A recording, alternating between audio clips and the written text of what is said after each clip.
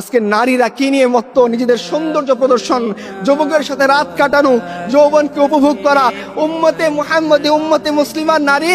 আরে তোমরা শোনো, রাসূলুল্লাহ সাল্লাল্লাহু আলাইহি সাল্লামের স্ত্রী আমাদের আম্মা জান আয়েশা রাদিয়াল্লাহু আনহা বলছেন যে যখন আমার ঘরে আমার রসুল, আমার স্বামী আল্লাহ রসুলের কবর ছিল, আমার পিতা আবু বকরের কবর ছিল, আমি পোশাক যতটুকু খুললেই নয় অতটুকু খুলতাম। যেদিন আমার ঘরে ওমর ফারুকের কবর দেয়া হয়েছে, এরপর থেকে এই ঘরেও আমি কোনো পর্দা লঙ্ঘন করিনি, কারণ এইখানে ওমর ফারুকের কবর আছে। আর আজকে উম্মতে মুসলিমার নারী সে চ্যাট গ্রুপে বলে সে কয়টা পুরুষকে খাইছে। আল্লাহ লানত তোমাদের উপরে। তোমরা জানো না রাসূলুল্লাহ সাল্লাল্লাহু আলাইহি ওয়াসাল্লাম কি বলছেন? তিনি বলছেন এমন একদল নারী আসবে যাদেরকে আমি দেখিনি, তারা পোশাক পরা সত্ত্বেও উলঙ্গ থাকবে, তারা জান্নাতে যাবে না, তো যাবে না, জান্নাতের ঘ্রাণও পাবে না।